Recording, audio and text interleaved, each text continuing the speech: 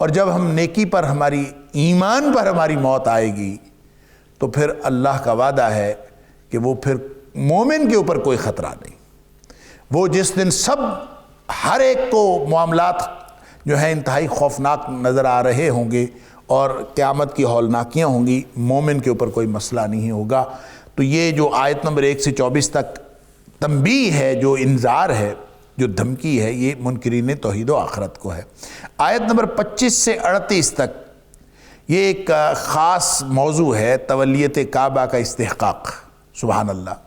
اور اس کے اوپر جو ہے وہ چونکہ ایک عرصے سے نسلی طور پر یہ تولیت چل رہی تھی، تو یہ بتا دیا گیا کہ یہ کسی نسل کا، کسی قبیلے کا استحقاق نہیں ہے، بلکہ یہ صرف اہل ایمان کا استحقاق ہے.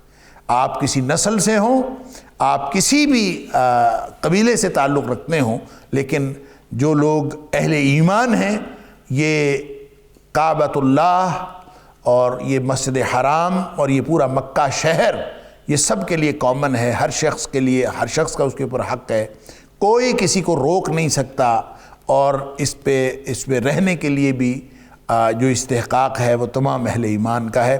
ہم جب وہاں پہنچیں گے تو انشاءاللہ اس کی تفصیل بھی دیکھیں گے. وَلَقَدْ يَسَّرْنَا الْقُرْآنَ لِلذِّكْرِ فَهَلْ مِن مُّدَّكِرٍ وَلَقَدْ يَسَّرْنَا الْقُرْآنَ لِلذِّكْرِ فَهَلْ مِن مُّدَّكِرٍ. آیت نمبر 39 سے 41 تک جو تیسرا حصہ ہے، اس میں جہاد کا معاملہ ہے کہ نظم اجتماعی، جس کو آپ ریاست کہتے ہیں، وہ جہاد کے بغیر قائم نہیں رہ سکتی. یہ مضمون ہم پڑھ آئے ہیں سورہ بقرہ میں بھی کسی حد تک، اور کسی قدر سورہ آل عمران میں بھی، اور کسی قدر سورہ نساء میں بھی، اور یہاں سورہ حج کے اندر بھی یہی مضمون ہے. اصل میں یہ بات میں پہلے بھی کئی دفعہ عرض کر چکا ہوں کہ جہاد جو ہے وہ ایک ٹول ہے، ایک امن قائم رکھنے کا ٹول ہے. اسلام کی پالیسی لڑائی نہیں ہے، اسلام کی پالیسی لڑنا نہیں ہے، لیکن جنگ کی تیاری اور تیاری رکھنا یہ پالیسی ہے. اور سورہ توبہ کے اندر اور سورہ انفال کے اندر اس کی ساری تفصیلات ہیں. جہاد کس طرح سے ہونا چاہیے، اس کے جتنے بھی پہلو ہیں وہ اللہ کریم نے وہاں بیان فرما دیے. لیکن عمومی طور پر جو 3 بڑے مقامات فرضیت ہیں جن سے جہاد فرض ہو جاتا ہے، ایسے مواقع جب جہاد لڑنا، جہاد کرنا فرض ہو جاتا ہے، ایسی سچویشن، تو وہ سچویشن میں سے ایک سچویشن یہاں بیان ہوئی ہے سورۃ الحج کے اندر. پہلے بھی یہ بات بہت دفعہ میں عرض کر چکا کہ ایک سچویشن کا ذکر سورہ بقرہ میں ہے آیت نمبر 190 میں، ایک ذکر جو ہے آیت نمبر 75 سورہ نساء کے اندر ہے، اور ایک ذکر جو ہے آیت نمبر 39 جو آیت نمبر، یہ جو ہم چوتھا حصہ کہتے ہیں، تیسرا حصہ یہاں مضامین کے اعتبار سے آیت نمبر 39 سے 41 تک.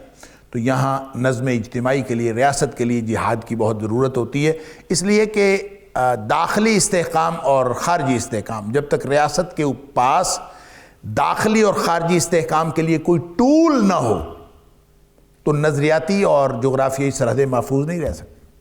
تو وہ ٹول کیا ہے؟ وہ ٹول یہ ہے کہ داخلی طور پر عدل ہے، عدل کے قیام سے ریاستیں مستحکم ہوتی ہیں، اور خارجی طور پر جہاد کے قیام سے ریاستیں مستحکم ہوتی ہیں.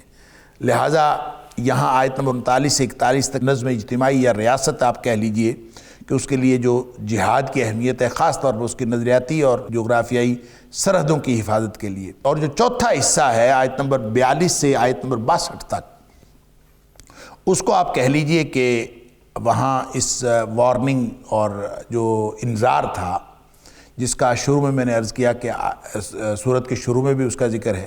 تو یہ وارننگ اور یہ جو انذار ہے، یہ بہت ہی سپیسیفک کر کے اس کو خطرے سے خبردار کیا. ایک بہت بڑا خطرہ جو معاندین ہیں، جو نبی اکرم صلی اللہ علیہ وسلم کی دشمنی کرنے والے ہیں، جو اسلام کی دشمنی کرنے والے ہیں، ان کو ایک بہت بڑے خطرے سے خبردار کیا ہے کہ تم لوگ، ایک تو خطرہ وہ ہے کہ جو قیامت والے دن ہوگا، ایک تو خطرہ وہ ہے کہ تمہاری آخرت خراب ہوگی، ایک خطرہ یہ ہے کہ تمہیں یہیں پہ ہلاکت کا سامنا ہو، بربادی کا سامنا ہو۔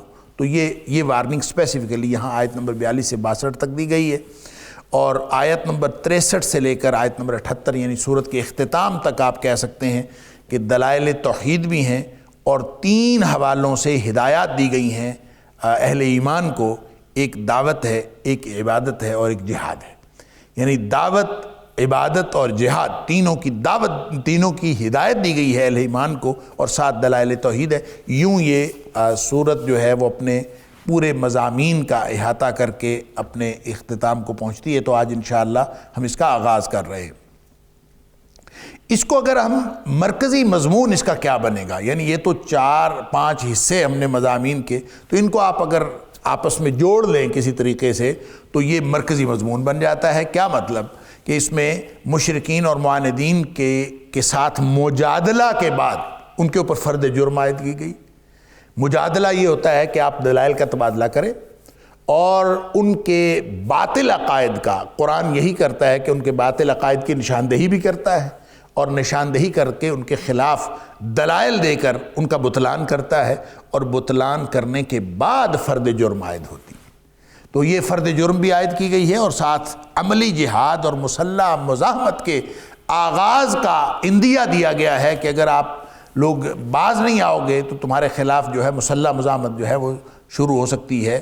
اور اسی طرح سے نظم اجتماعی کے لیے جو ضرورت ہے دعوت کی اور عبادت کی اور جہاد کی، یہ تینوں ڈائمنشنز، تینوں اسالیب جو انفرادی اور اجتماعی زندگی پر مشتمل ہیں، ان تینوں کا احاطہ کیا گیا ہے۔ یوں آپ کہہ سکتے ہیں کہ یہ اس کا مرکزی مضمون ہے کہ ایک طرف عقیدے کی درستگی ہے مجادلہ احسن کے ذریعے سے، اور دوسری طرف عملی اور مسلح مزاحمت اس کا اندیہ ہے، اور تیسری بات جو ہے وہ دعوت، عبادت اور جہاد کے ذریعے سے نظم اجتماعی کو قائم رکھنا اور اس کی بقا کے لیے جد و جہد کرنا۔ یہ اس پوری صورت کا مرکزی مضمون ہے۔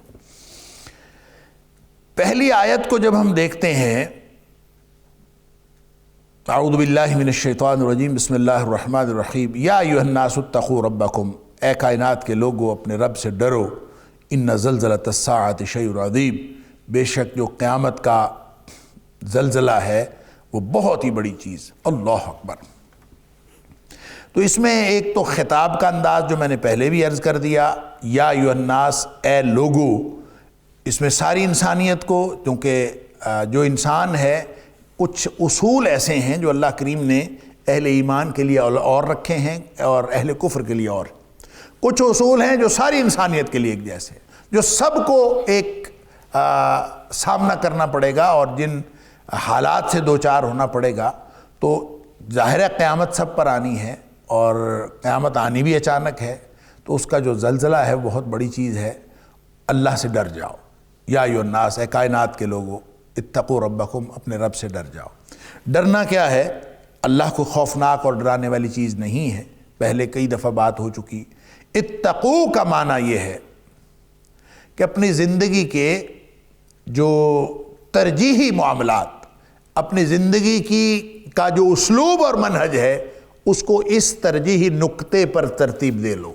اور وہ ترجیحی نقطہ کیا ہے کہ ہر وقت تمہارے دل میں تقویٰ رہنا چاہیے، تمہارے دل میں احساس رہنا چاہیے کہ کہیں اللہ ناراض نہ ہو جائے، ہر وقت دل میں یہ احساس رہنا چاہیے کہ کہیں میں اللہ کی رضامندی سے محروم نہ رہ جاؤں۔ یہ دوہرا احساس اگر دل میں ہے تو وہ تقویٰ ہے۔ نبی اکرم صلی اللہ علیہ وسلم نے فرمایا، التقویٰ ہاہنا، التقویٰ ہاہنا، التقویٰ ہاہنا۔ تقویٰ دل میں ہوتا ہے، اور اس کا جو پریکٹیکل اسپیکٹ ہے، اس کا جو عملی پہلو ہے وہ یہ کہ ہر وقت انسان اللہ کی ناراضگی کے کاموں سے بچنے کی کوشش کرے، اور ہر وقت انسان اللہ کی رضامندی کے کام کرنے کی کوشش کرے۔ اگر یہ کوشش کر رہا ہے، ہوتے ہیں کہ نہیں ہوتے یہ اللہ کا کام ہے۔ اس نے یہ بڑی موج ہمیں کرائی ہے اپنے امتحان کے نظام میں کہ اس نے منزل مقصود پر پہنچنا یا کسی کام کی تکمیل کر دینا ہمارے ذمے نہیں رکھا۔ اس نے ہمارے ذمہ صرف کوشش رکھا ہے وَلَيْسَ لِلْإِنسَانِ إِلَّا مَا سَعَىٰ وَأَنَّ سَعْيَهُ سَوْفَ يُرَىٰ۔ آپ کوشش کر رہے ہیں تو بس ٹھیک ہے، اس نے کوشش ہی تو دیکھنی ہے۔ تو اگر کوشش اللہ کی ناراضگی سے بچنے کی ہے، اور انسان ہر عمل سے پہلے یہ سوچتا ہے، ہر انفرادی اور اجتماعی عمل سے پہلے یہ سوچتا ہے کہ اس میں میرا اللہ راضی ہے کہ میرا اللہ ناراض۔ جس کام میں اللہ کی ناراضگی کا خطرہ ہو وہ اس سے بچ جاتا ہے، اور جس میں اللہ کی رضامندی کا امکان ہو اس کو لازمی کرتا ہے۔ اگر یہ احساس ہے تو وہ دل میں ہے، اگر یہ احساس عمل بن جائے تو انسان متقی بن جاتا ہے۔ تو فرمایا یا ایھا الناس اتقوا ربکم، بچنے کی صورت وہ جو ان زلزلۃ الساعۃ شیء عظیم، جو بڑے بڑے زلزلے جس سے ہمیں دوچار ہونا ہے، اس سے بچنے کی ایک ہی صورت ہے، ان خوفناکیوں، ان ہولناکیوں سے بچنے کی ایک ہی صورت ہے۔ کیا؟ کہ ہم یہاں اس زندگی میں اپنے آپ کو اپنے اللہ کا بنا لیں اور اللہ کو راضی کرنے والا بنا لیں۔ اگر ہم دنیا میں اپنی زندگی اس اسلوب پر اور اس منہج پر طے کر لیتے ہیں، اس ترجیحی نقطے پر گزارنے کا آغاز کر دیتے ہیں کہ ہر وقت انسان کو یہ سوچ ہو کہ میرا اللہ راضی ہو جائے، اگر اس کو یہ سوچ ہو کہ میرا اللہ راضی ہو جائے اور میں اللہ کی ناراضگی سے بچ جاؤں، تو اللہ قدردان ہے، وہ شاکر ہے، وہ بڑا ہی قدردان ہے، اور وہ کسی کا عمل بھی ضائع نہیں کرتا اور وہ کسی کی ناقدری بھی نہیں کرتا۔ تو جس نے زندگی اللہ کو راضی کرنے کے لیے گزاری ہو، یہ کیسے ہو سکتا ہے کہ اللہ اس کو راضی نہ کرے؟ نبی اکرم صلی اللہ علیہ وسلم نے فرمایا جو آدمی صبح و شام اس بات کا اعادہ کرے، 3 دفعہ یہ کہہ دے رضیت باللہ ربا وبالاسلام دینا، اللہ اکبر وبمحمد الرسول صلی اللہ علیہ وآلہ وسلم، 3 دفعہ یہ کہہ دے، یعنی ساتھ وہ زندگی میں کوشش بھی کر رہا ہے اور صبح و شام اس سبق کو یاد بھی کرتا ہے۔ کیا؟ کہ میں اللہ کے رب ہونے پر راضی ہوں، کہ میرا اللہ میرا رب ہے۔ دنیا کے رب مخلوق میں سے ہیں، میرا رب خالق ہے، اور میں اپنے خالق کے رب ہونے پر راضی ہوں، اور میں جو دین لوگوں کے مختلف قسم کے دین ہیں، مجھے اللہ نے دین اسلام عطا فرمایا ہے، میں اس پر راضی ہوں۔ اور لوگوں نے اپنے اپنے مختلف پیشوا بنائے ہوئے ہیں، میرا پیشوا میرا نبی محمد کریم صلی اللہ علیہ وسلم ہیں، میں اس پر راضی ہوں۔ تو اس کا جب اعادہ انسان کرے 3 دفعہ، فجر کے بعد یہ صبح کہہ دے اور 3 دفعہ شام کو یہ کہہ دے، نبی اکرم صلی اللہ علیہ وسلم فرمایا اللہ کے ذمے ہے کہ اللہ قیامت والے دن اس کو راضی کرے۔ اس نے اللہ سے راضی ہونے کا اعلان کیا ہے، تو یہ کیسے ہو سکتا ہے کہ اللہ تعالیٰ اس کی ناقدری کرے؟ بات تو صرف اتنی سی ہے کہ ہم اللہ کو راضی کرنے کی کوشش کریں، اللہ ہمیں راضی کر لے۔ فرمایا یا ایھا الناس اتقوا ربکم، بس زندگی اس طرح سے گزارو اپنے رب کی ناراضگی اور اس کی رضامندی ہر وقت سامنے رہے۔ اگر یہ کرو گے تو پھر تمہارے معاملات بھی سیدھے ہوں گے دنیا میں، اور پھر ان زلزلۃ الساعۃ شیء عظیم، ڈرایا گیا ہے کہ اگر نہیں کرتے ہو یا نہیں کرتے، ایک بہت بڑی آفت سامنے ہے، ایک بہت بڑا واقعہ اس سے دوچار ہونا ہے ہر ایک نے، ہر انسان نے۔ اللہ اکبر، ان زلزلۃ الساعہ، وہ کیا ہے؟ وہ قیامت کا زلزلہ ہے۔ الساعہ کہتے ہیں گھڑی کو، لمحہ، ایک گھڑی، اس کو ساعہ کہتے ہیں۔ تو چونکہ قیامت نے اچانک وقوع پذیر ہونا ہے، اور وہ ایک لمحے میں وقوع پذیر ہو جائے گی، ایک لمحے میں ہر چیز ختم ہو جائے گی، اللہ اکبر، تو اس وقت ایک زلزلہ بھی برپا ہوگا، یعنی اس لمحے جس گھڑی یہ قیامت قائم ہونی ہے، ایک زلزلہ بھی قائم ہوگا۔ اور زلزلہ کیا ہے؟ ہلا کر رکھ دینے والی چیز کو زلزلہ کہتے ہیں، جو سب کچھ تہس نہس کر دے۔ فرمایا شیء عظیم، وہ بہت بڑی چیز ہے۔ اذا زلزلت الارض زلزالہا، قرآن نے دوسری جگہ فرمایا اذا زلزلت الارض زلزالہا واخرجت الارض اثقالہا وقال الانسان ما لہا، اللہ اکبر، جب زمین ہلائی جائے گی، اور ایسا ہلانا کہ کبھی کسی نے دیکھا نہ سنا، اللہ اکبر، واخرجت الارض اثقالہا، اور جو زمین ہے اپنے سارے بوجھ، سارے خزانے لا کے باہر پھینک دے گی، انسان حیران ہو جائے گا، کس کو کیا ہوگا؟ وقال الانسان ما لہا، انسان کہے گا اس کو کیا ہوگا؟ اللہ اکبر. اور یہ سب کچھ اس لیے ہو رہا ہوگا کہ رب نے حکم دیا ہوگا. اللہ اکبر. یہ ساری جو کیفیت ہے جو اللہ نے سورہ زلزال میں اذا زلزلت الارض زلزالها واخرجت الارض اثقالها وقال الانسان ما لها، یہ کیفیات اور جو یہاں کیفیات بیان کی ہیں واقعتاً خوف دلانے والی چیزیں، لیکن یہ خوف دلانے والی چیزیں اہل ایمان کو یہ کسی بھی طرح کا نقصان نہیں دیں گی. اہل ایمان کو تو اللہ تعالیٰ نے ہر کیفیت میں اطمینان کی کیفیت عطا فرمائی. اب اگر اس کے گویا ان زلزلۃ الساعۃ شیء عظیم جو آیت کا پہلا حصہ ہے وہ اس طرز عمل کی دعوت دے رہا ہے کہ جس طرز عمل سے آپ ان ہولناکیوں سے، ان خطرناک مراحل سے بچ سکتے ہیں، ان کی خطرناکیوں اور ہولناکیوں سے بچ سکتے ہیں. ایک طرف وہ ہے، اور آیت کا پہلا حصہ جو ہے وہ آپ کو اس طرز عمل کی دعوت دے رہا ہے. اتقوا ربکم، اگر تم اللہ کی ناراضگی اور اس کی رضامندی کا خیال رکھو گے دنیا میں تو پھر وہ جو زلزلہ آئے گا وہ انشاءاللہ اس میں خوف اور اس میں جتنی بھی ہولناکی ہے وہ آپ کو نقصان نہیں دے گی. لیکن ڈرایا گیا ہے ان زلزلۃ الساعۃ شیء عظیم، انتہائی بہت بڑی چیز ہے، اس سے بچ جاؤ. گویا اس سے بچنے کا کیا طریقہ ہے جو آیت کے پہلے حصے میں ہے، وہ ہے اتقوا ربکم. وَلَقَدْ يَسَّرْنَا الْقُرْآنَ لِلذِّكْرِ فَهَلْ مِن مُّدَّكِرٍ وَلَقَدْ يَسَّرْنَا الْقُرْآنَ لِلذِّكْرِ فَهَلْ مِن مُّدَّكِرٍ. اب یہ جو زلزلۃ الساعہ ہے کہ قیامت کا زلزلہ، اس گھڑی، اس لمحہ، اب یہ اللہ کو معلوم ہے کہ وہ گھڑی، وہ لمحہ کب آنا ہے. نبی کریم صلی اللہ علیہ وسلم سے لوگ پوچھتے تھے، نبی کریم صلی اللہ علیہ وسلم نے فرمایا مجھے تو معلوم نہیں، اللہ کو معلوم ہے.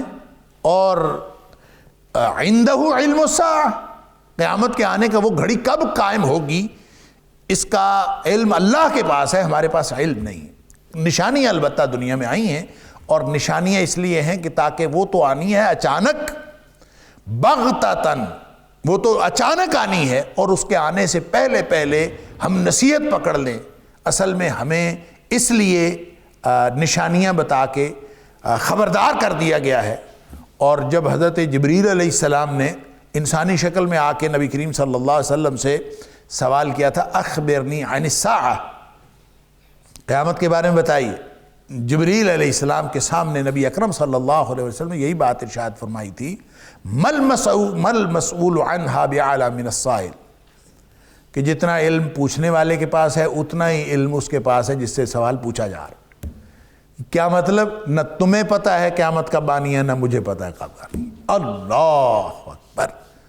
تو پھر جبریل نے یہ بات سننے کے بعد، اصل میں تو وہ دین سکھانے آئے تھے نا، اتاکم لیعلمکم دینکم، اس کے آخر پہ نبی کریم صلی اللہ علیہ وسلم فرمایا تھا. تو وہ دین ہمیں سکھانے آئے تھے اور ہمیں بتانے آئے تھے کہ قیامت کے بارے میں کسی کو کوئی علم نہیں ہے، وہ اللہ کے پاس علم ہے.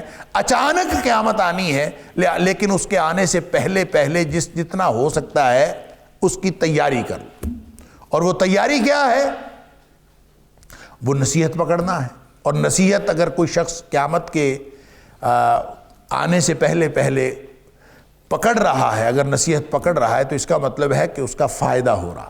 جب قیامت آ گئی تو پھر نصیحت پکڑنے کا فائدہ. وَأَنَّا لَهُمْ اِذَا جَاءَتْهُمْ ذِكْرَاهُمْ، جب وہ آ جائے گی تو اس وقت نصیحت پکڑنے کا کوئی فائدہ نہیں ہوگا. اللہ، آج فائدہ ہے. لہذا نصیحت کیا ہے؟ یا ایھا الناس اتقوا ربکم. نصیحت یہ ہے کہ اے کائنات کے لوگوں، اپنی ہر زندگی کے ہر عمل کی بنیاد اس نقطے پر رکھ لو کہ میرا اللہ راضی ہے کہ میرا اللہ ناراض ہے. اس سے پہلے سوچ لیا کرو. اگر اللہ راضی ہے تو وہ کام کر لو، اسی کی کوشش کرو.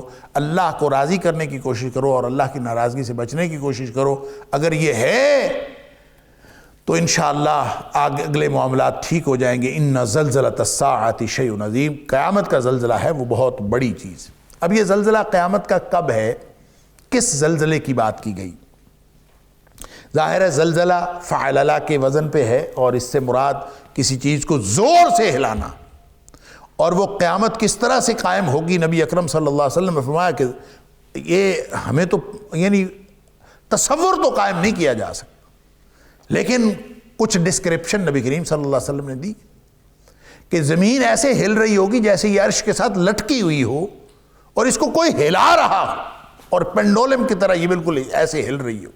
اللہ اکبر، کتنا ہلے گی، انسان کیا سمجھے گا، اور یہ کتنا بڑا زلزلہ ہوگا، اور یہ قیامت سے پہلے ہوگا، کب ہوگا؟ یہ ایک وہ بات ہے جس میں اختلاف بھی ہے مفسرین کا کہ یہ کون سا زلزلہ ہوگا، اس لیے کہ بعض روایات میں تو یہ آتا ہے کہ نبی اکرم صلی اللہ علیہ وسلم نے فرمایا یہ زلزلہ، یہ کیفیت جو اللہ کریم نے اگلی آیت میں بیان فرمائی کہ یوم ترونہا تذہل کل مرضعۃ عما ارضعت، کہ اس دن غافل ہو جائے گی ہر جان، ہر دودھ پلانے والی، عما ارضعت، جس کو وہ دودھ پلاتی تھی، وتضع کل ذات حمل حملہا، اور ہر حمل والی اپنے حمل کو گرا دے گی، وتری الناس سکارا، اور تم دیکھو گے کہ جو لوگ ہیں وہ نشے کی حالت میں ہوں گے، وما ہم بسکارا، حالانکہ وہ نشے کی حالت میں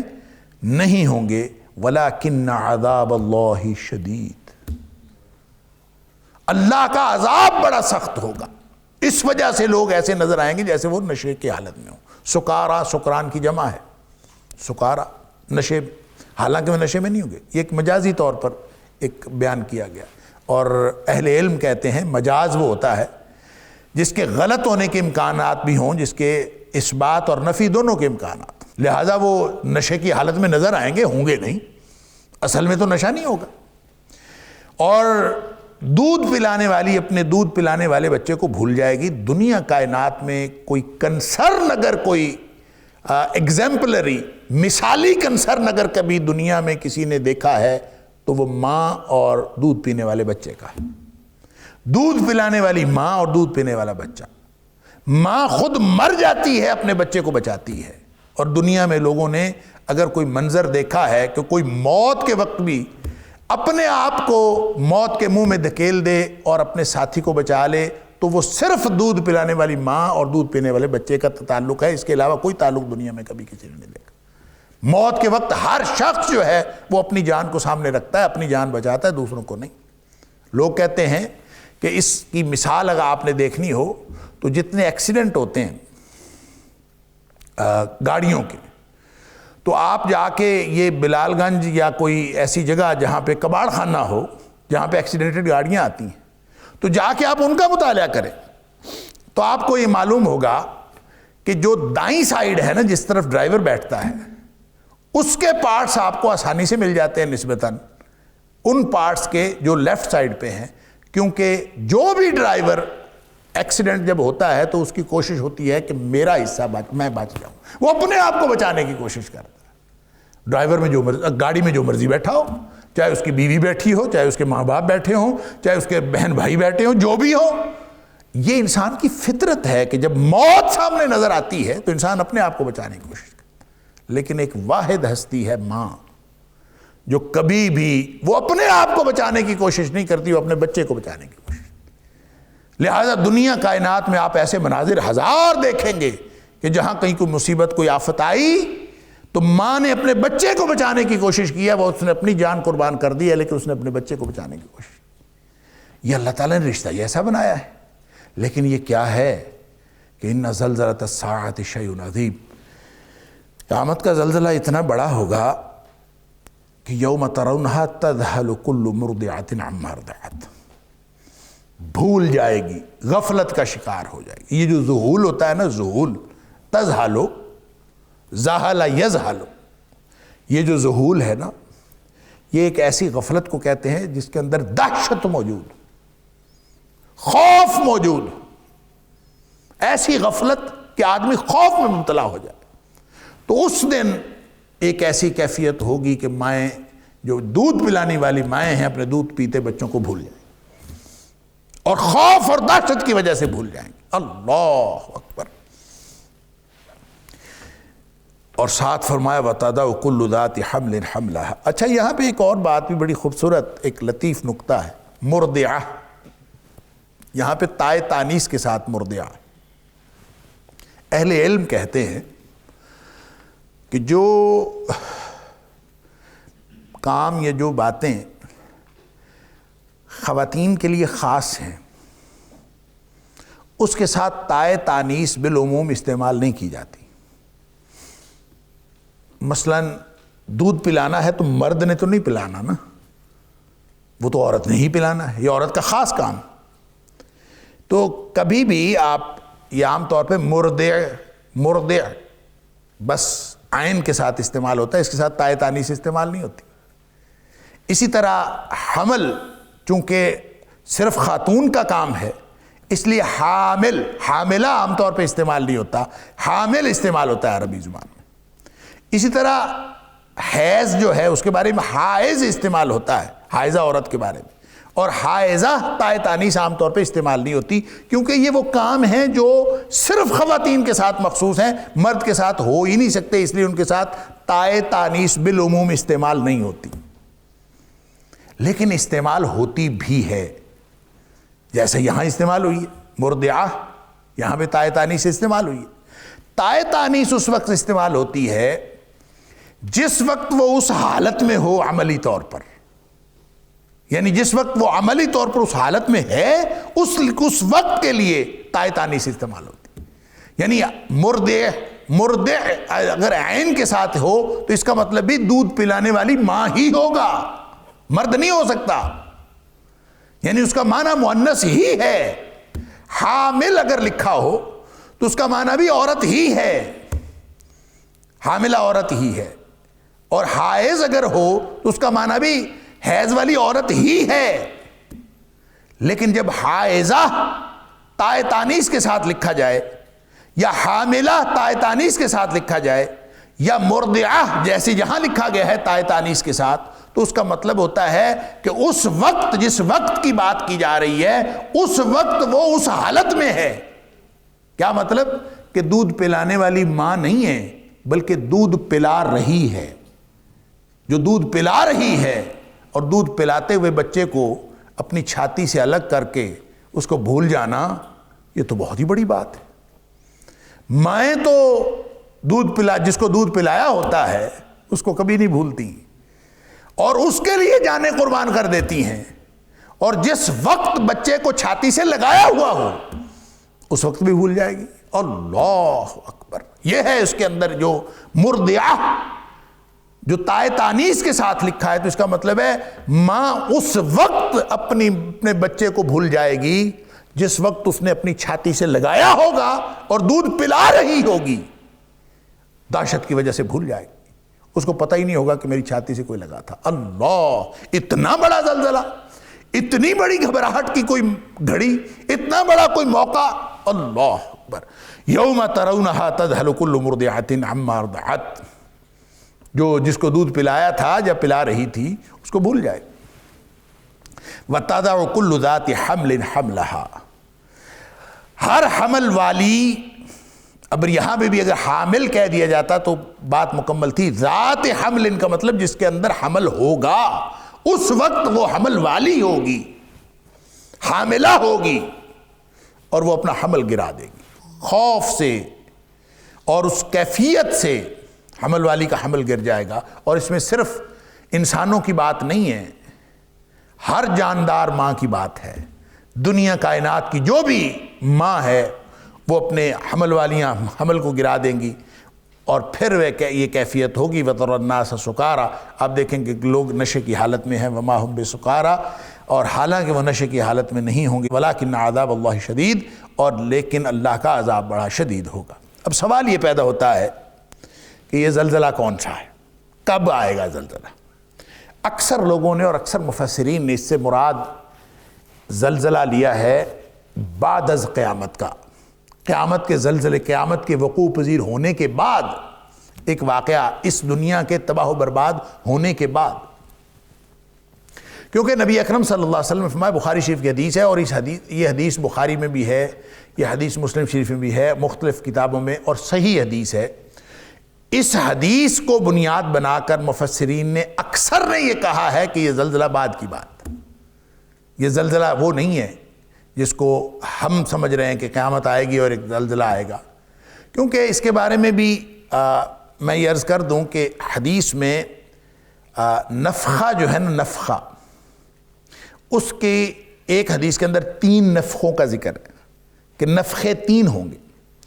نفخہ وہ جب سور پھونکا جائے، اور سور پھونکا جائے گا اس وقت کیا حالات ہوں گے، اس سے کیا ہوگا، ایک بگل بجے گا، اور وہ بگل جب بجے گا تو کیا ہوگا، اس کے بارے میں ایک حدیث کے اندر آتا ہے کہ 3 دفعہ نفخ سور ہوگا، یعنی اس سور کے اندر، اس بگل کے اندر جب پھونک ماری جائے گی، یہ 3 دفعہ ہوگا۔ پہلی دفعہ جو نفخ ہے وہ نفخ الفزع ہوگا کہ ایک سراسیمگی پھیل جائے گی، ایک انتہا درجے کی خوف اور گھبراہٹ کی فضا ہوگی، اللہ اکبر۔ اور دوسرا نفخ جو ہوگا وہ نفخ صاعق ہوگا کہ اس سے ایک چیخ پیدا ہوگی جس پر سب مر جائیں گے، موت ہوگی، نفخ صاعق، ایک موت کی چیخ، سب مر جائیں گے۔ اور ایک تیسرا نفخہ ہوگا جس کے بارے میں کہا جاتا ہے وہ نفخ القیام ہوگا، اور یہ طویل حدیث کا ایک حصہ ہے جس میں یہ تینوں نفخوں کا ذکر ہے۔ اور نفخ القیام کا مطلب یہ ہے کہ جب سب مر چکے ہوں گے پھر ایک نفخہ ہوگا، ایک بگل بجایا جائے گا، اس کے نتیجے میں سب لوگ جو ہیں وہ اللہ کے سامنے پیش ہو جائیں گے، اور یہ اللہ کے سامنے پیشی کا نفخہ ہوگا۔ تو عام طور پہ لوگوں نے ان 3 نفخوں کا ذکر کیا ہے، تو یہ جو زلزلہ ہوگا یہ کس وقت ہوگا، یہ پھر سوال پیدا ہوتا ہے۔ اور بعض مفسرین نے ان ساری تفصیلات کو سامنے رکھتے ہوئے، علامہ ابن کثیر، علامہ طبری وغیرہ نے، انہوں نے کہا کہ نفخے، وہ علامہ طبری نے تو کہا یہ حدیث جو ہے وہ سندن ضعیف ہے، اس لیے ہم اس سے ان 3 نفخوں کی الگ الگ کیفیت کو نہیں سمجھتے، نفخے اصل میں 2 ہی ہوں گے۔ ایک نفخہ وہ ہوگا، اس کو نفخ الفزع کہہ لیں، اس کو آپ نفخہ صاعق کہہ لیں، اس کا جو مرضی نام رکھ لیں، لیکن نفخے 2 ہی ہوں گے۔ ایک نفخہ وہ ہوگا جس سے ساری جو انسانیت ہے اور سارا کچھ جو زمین پہ ہے سب ملیا میٹ ہو جائیں گے، کل من علیہا فان، یہ سب ختم ہو جائیں گے ایک نفخے سے۔ اور دوسرا نفخہ اس وقت ہوگا جب سب اٹھیں گے قیامت والے دن، اور اس دن اٹھ کے اللہ کے سامنے پیش ہوں گے۔ تو بس 2 ہی نفخے ہوں، تو نفخے 2 ہوں یا 3 ہوں، جو کیفیت آنے والی وہ یہ ہے کہ ایک دفعہ یہ سب کچھ ملیا میٹ ہونا ہے، اور دوسری دفعہ اللہ کے دربار میں پیش ہونا، جب یہ دوبارہ ساری چیزیں بنیں گی۔ إن هذا القرآن يهدي للتي هي أقوم ويبشر المؤمنين الذين يعملون الصالحات أن لهم أجرا كبيرا